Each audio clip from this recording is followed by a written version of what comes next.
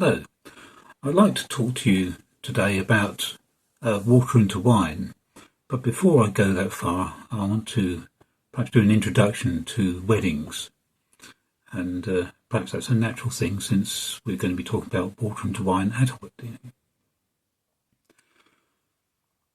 So, what kind of people come to a wedding? Some have a role, and are there by necessity. For example, the bride and groom. Without them, there is no point to the wedding. But there are other important roles too. The father of the bride, or the mother of the groom, for example. Also, there can be bridesmaids, groomsmen, ushers, ring bearer, and more. These are all important roles, but those without roles, other family and friends, just have to turn up looking reasonably tidy and enjoy the occasion and the food and other things too, without any responsibilities, so that's rather nice. Someone said that you can choose your friends, but not your family. And so all sorts of interesting people come along. They can be the so-called black sheep of the family. The black sheep of the family is a term that refers to a family member who is considered peculiar, strange, unconventional, eccentric, or not aligned with the family's values. Sometimes black sheep has strong negative connotations, as it can be used to refer to a person who is considered a misfit, criminal, addict, or overall troublemaker. Then the friends of either side of the family, they are usually okay and are great to have there. Some can be a little difficult, but are usually accommodated.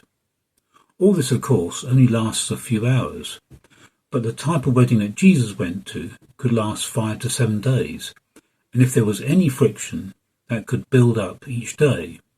This would involve extended families, and even the village that the bride and groom lived in. So from this we have some idea as to what the wedding may have looked like. I'm going to read to you now from John chapter 2, verses 1 to 12. John chapter 2, verses 1 to 12.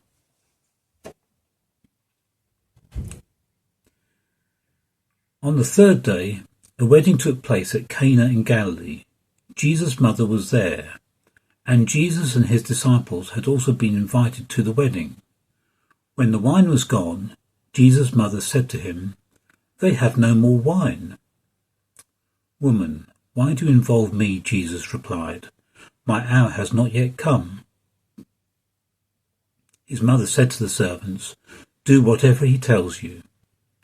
Nearby stood 6 stone water jars, the kind used by the Jews for ceremonial washing, each holding from 80 to 120 litres. Jesus said to the servants, "Fill the jars with water." So they filled them to the brim. Then he told them, "Now draw some out and take it to the master of the banquet." They did so, and the master of the banquet tasted the water that had been turned into wine. He did not realize where it had come from, though the servants who had drawn the water knew.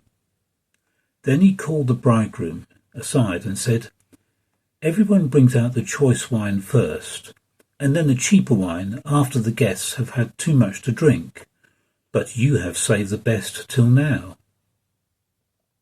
What Jesus did here in Cana of Galilee was the first of the signs through which he revealed his glory, and his disciples believed in him. After this he went down to Capernaum with his mother and brothers and disciples. There they stayed for a few days. And the Lord will add his blessing to the reading of his word. Let's look at the guests. Mary, Jesus' mother, was there and may have been involved in the arrangements for the occasion. She may have been related, of course, as a whole village could turn out for this. The more help you can get, the better. Amongst the guests were Jesus and his disciples. Who and what were Jesus' disciples? They were mostly Galileans, of whom Josephus, a historian, described them in this way. They were ever fond of innovation and by nature disposed to change and delighted in sedition.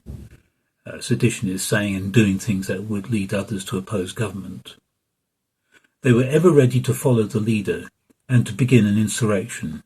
They were quick in temper and given to quarrelling, and they were very chivalrous men. Well, let's look at the disciples then. Peter was a typical Galilean, was usually the first to ask questions and also to put his foot in it.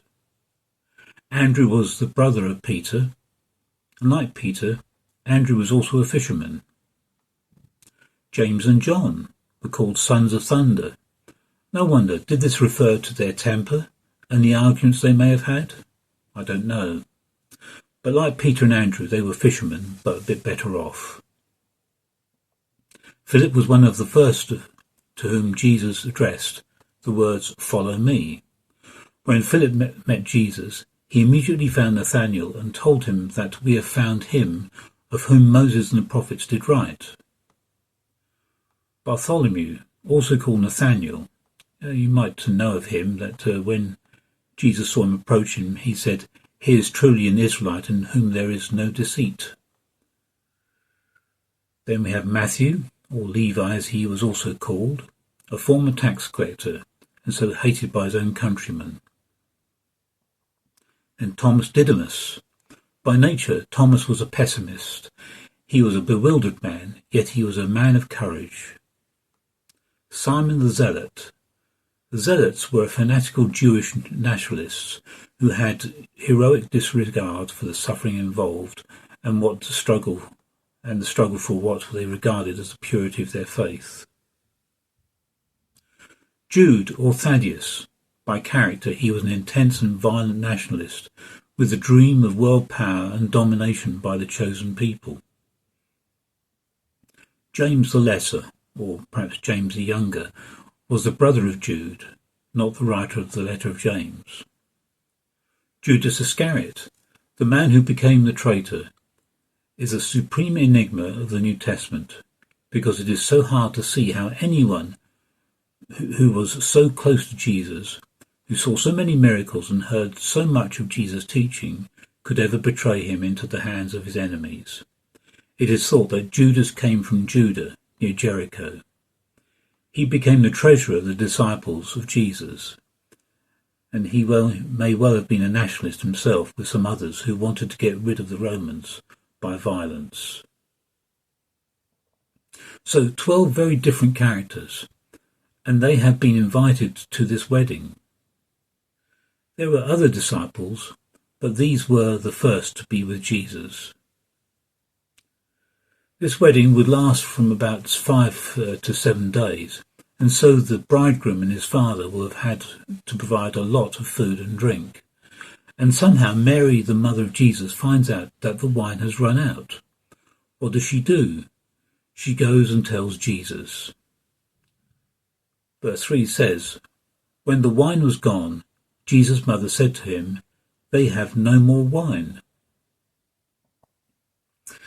The bridegroom and family here might have been involved in a financial liability for failing to provide adequately for their guests.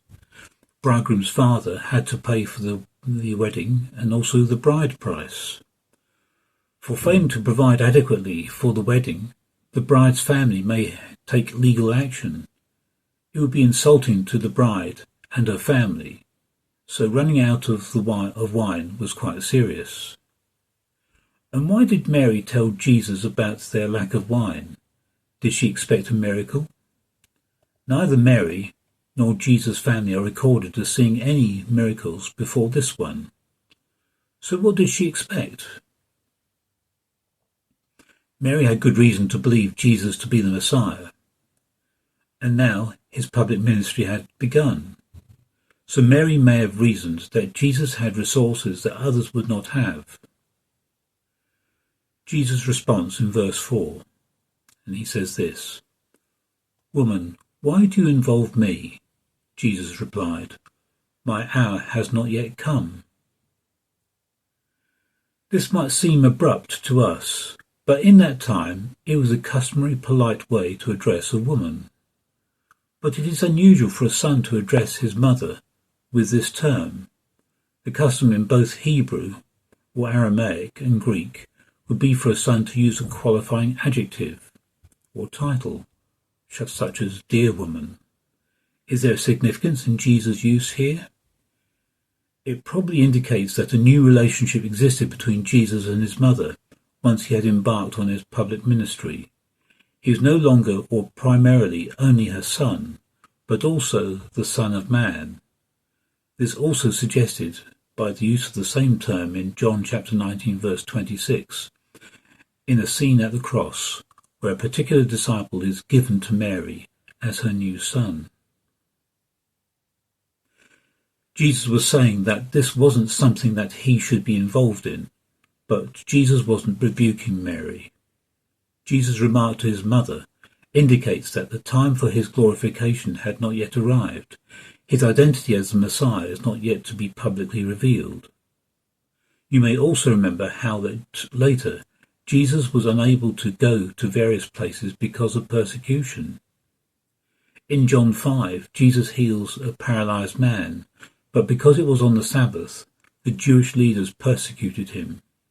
And after that particular one, Jesus couldn't go around publicly. There is no clue to the identity of the bride and the groom, but in all probability they were either relatives or friends of Jesus' family. Since Jesus' mother and both Jesus and his disciples were invited to the celebration, one can conclude that they were related in some way.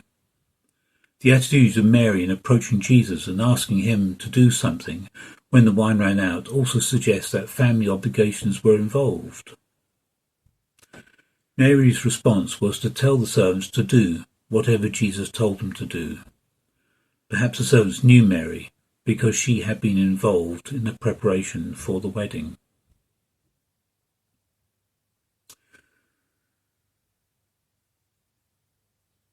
Now, after this time, Jesus demonstrated his power in all sorts of ways, sometimes by touching or a word of command. This time there is none of that. Jesus instructs the servants to fill 6 stone water jars. Each one could contain 80 to 120 litres, or 20 to 30 gallons of water. How long did it take to fill them? Was there a handy river nearby? How much wine did Jesus make? You have to make a series of assumptions here. 6 stone jars with 20 to 30 gallons of wine in them, a total of 120 to 180 gallons, so you could get nearly 1,000 bottles of wine. By all accounts, this is a lot of wine for a wedding, even of this size. Somebody did an estimate that it was a whole aisle of wine at Sainsbury's. That's a lot of wine. In the Bible, wine is a sign of God's blessing. Psalm 104 is about God's blessing, and in verse 15 it says, wine that gladdens human hearts. In Proverbs chapter 3 verse 10, it says that your vats will brim over with new wine if you honour God. Now, the abuse of wine does not dilute the biblical testimony that wine in the Bible is primarily positive. Wine, like rain, can be associated with God's blessing. In speaking about the promised land, the Israelites were told that it would be a land flowing with milk and honey, another metaphor for God's blessing. So by inviting Jesus to the wedding, the bride and groom were blessed by Jesus, an overflowing blessing. The stone jars were filled to the brim, perhaps they even spilt over.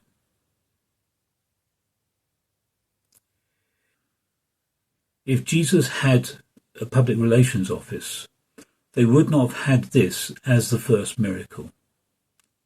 It's not the one that he would have chosen, I don't think. It should have been a blind man receiving his sight, preferably someone born blind, so that the blindness was provable and witnessed. Instead, we have water into wine. The servants saw this and would not have understood. Their witness would not have been credible.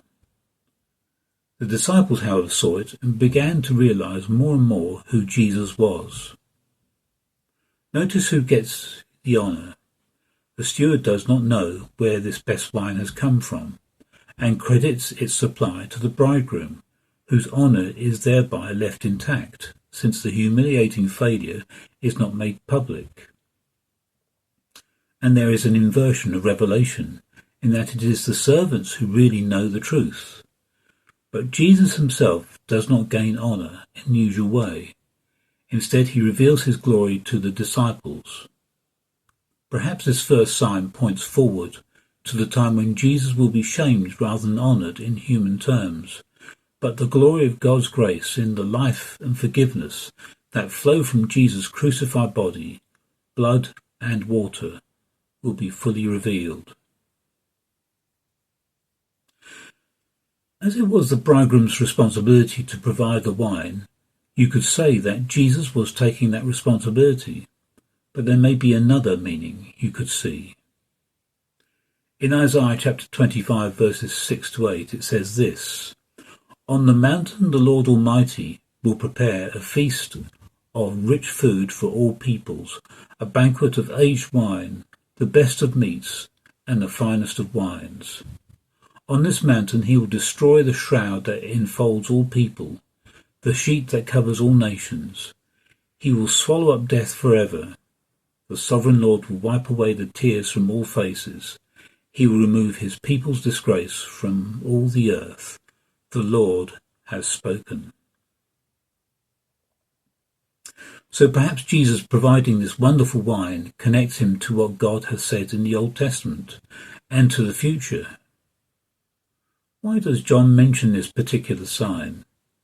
The reason that John wrote it is so that we could believe that Jesus is the Christ, the Son of the living God.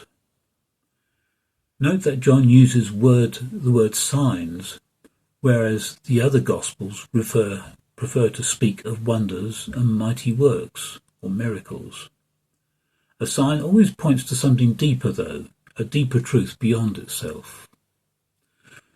The comment that through this sign Jesus revealed his glory suggests that the followers of Jesus saw more in the signs than the general onlookers, and Christians have not been slow to see the contrast between the insipid water of the old life and the richness of new life in Christ. It needed faith to discern Jesus' glory. Jesus turning water into wine was a miracle of blessing, abundance and transformation. God transforms something ordinary into something extraordinary, just as he does with us when he touches our lives and transforms us into new creations. We are turned from water into wine. The old passes away and the new comes. However, this transformation is not just a once and for all thing, but is also a lifetime process of becoming, which is completed when we see Jesus. The old is passing away and the new is coming into my life. And I'm convinced he wants to do it in your life too. So in summary, the participants, the servants, did what they were told to do. That must have been strange. The wedding guests drank the wine and enjoyed the time together, and the disciples had Jesus' glory revealed to them. We could be like the servants, willing to do things for Jesus, even though it didn't look much. And if you do, then you may be part of something larger and be a part of God's plan. We can be like the guests, enjoying God's provision, but not knowing or not acknowledging it. We can be like the disciples, enjoying God's provision and seeing the glory of God and thanking him for what he has done. The Bible says that his servants will serve him, but Jesus also calls us friends if we do what he commands. Think how different the disciples were, yet they were invited to this wedding feast. We also are invited to partake in God's salvation, in God's richness for us, his blessings for us. Be a part of the transformation that God offers, and pray that Jesus Christ will be glorified in your life and my life. Thank you for listening.